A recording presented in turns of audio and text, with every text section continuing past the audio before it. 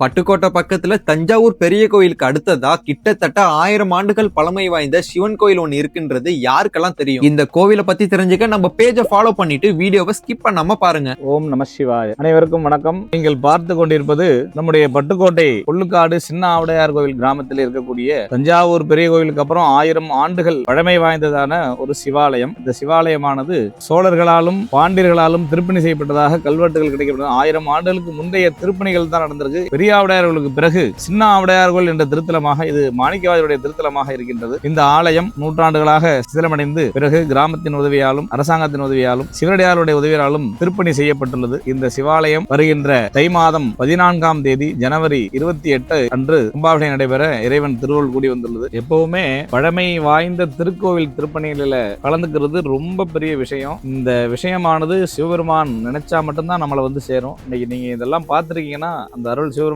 அருள் நமக்கெல்லாம் கிடைச்சுக்குன்னு அர்த்தம். ஆகையினால இந்த திருப்பணியில நம்மளால முடிஞ்ச நிதி உதவி ஒரு 100 ரூபாயிலிருந்து எவ்வளவுலாம் கொடுக்கலாம். வங்கியிலே செலுத்தக்கூடிய பணம் எவ்வாறு நம்முடைய சந்ததிகளுக்கு சென்று அடைகிறதோ அதே போல சிதிலமடைந்த சிவாலயங்களுக்கு திருப்பணி கைங்கரியங்கள் செய்யும் பொழுது அந்த புண்ணியமானது நம்முடைய சந்ததிகள் அனைவருக்கும் சென்று அடைகிறது. ஆகவே கண்டிப்பா அந்த கும்பாபிஷேகத்துல கலந்துக்கணும். பழம்பெரும் திருப்பணி நம்முடைய தேசம் சைவ தேசம். இந்த திருப்பணியில நீங்க எல்லாம் கலந்துக்கணும்னு கண்டிப்பாக உங்களை எல்லாம் அன்போடு கேட்டுக்கொள்கிறேன்.